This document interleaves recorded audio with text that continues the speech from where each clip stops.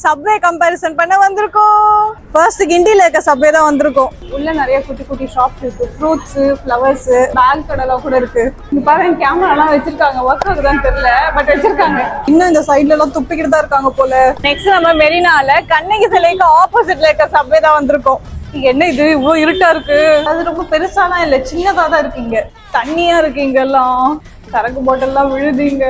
கிண்டில சைட்ல எல்லாம் ஷாப்ஸ் பார்த்தோம்ல, அந்த மாதிரிலாம் எதுவும் வைக்கல. இங்க ஃபுல்லா பாட்டிலா வச்சிருக்காங்க. நைட்ல கொஞ்சம் சேஃப் இல்லைன்னு தான் நினைக்கிறேன்.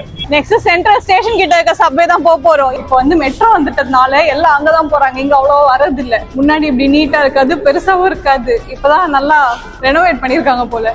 இந்த சப்வேஸ்லாம் நிறைய மக்கள் யூஸ் பண்றாங்க. ஆனா அதை பத்தி யாரும் பெருசா பேசதே இல்ல. கம்பேர் பண்ண 3 சப்வேல கொஞ்சம் ஓரளவுக்கு நீட்டா இருக்க சப்வேனா சென்ட்ரல்து. ஆளுங்களே நடமாட்டமே இல்லாத ஒரு இடம்னா அது வந்து மெரினா பீச். மெட்ரோ சப்வே மாதிரி இந்த சப்வேஸும் ப்ராப்பரா மெயின்டைன் பண்ணாங்கன்னா இன்னும் நல்லா இருக்கும். நிறைய பேருக்கு ஹெல்ப்ஃபுல்லா இருக்கும். கவர்மெண்ட்டுக்கு எப்படி நம்மளுக்கு வசதி பண்ணி கொடுக்கறது ஒரு கடமையோ, அதை கிளீனா வச்சுக்கிறது நம்மளோட கடமையும் தான். அவ்வளவுதான். வீடியோ முடிஞ்சிருச்சு. ஓகே, நெக்ஸ்ட் வீடியோல பார்க்கலாம். Bye by.